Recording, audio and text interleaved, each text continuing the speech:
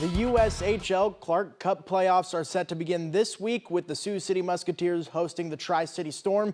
That starts on Friday with the first matchup set to be played at 7:05 p.m.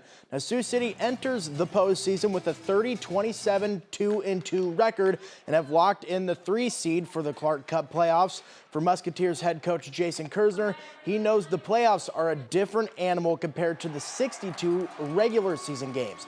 He expects his veteran players to step up and make the plays that will be the difference in this series, including lighting the lamp in critical moments. We've scored a lot. We haven't done a great job keeping it out of our net. They haven't scored as much, but they've kept it out of their net. So something's going to have to give in this series. We're going to have to find a way to I think down the stretch here we've played a little bit better team defense, and so we're going to need to keep doing that and try to keep them at a manageable number, and then find different ways to manufacture enough goals to be able to win 2 games. And typically those games would be played at the Tyson Event Center here in Sioux City.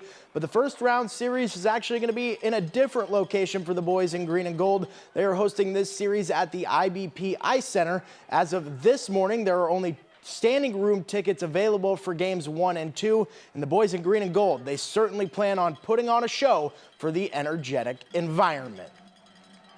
I think it's going to help us again. We are kind of like a in-your-face team.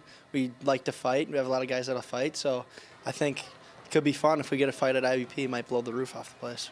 Our whole group is super excited to play at IBP. I think the energy is going to be really high in there. Obviously, it's a lot tighter, so the sound's going to be bouncing off the walls, and I think we can feed off that energy.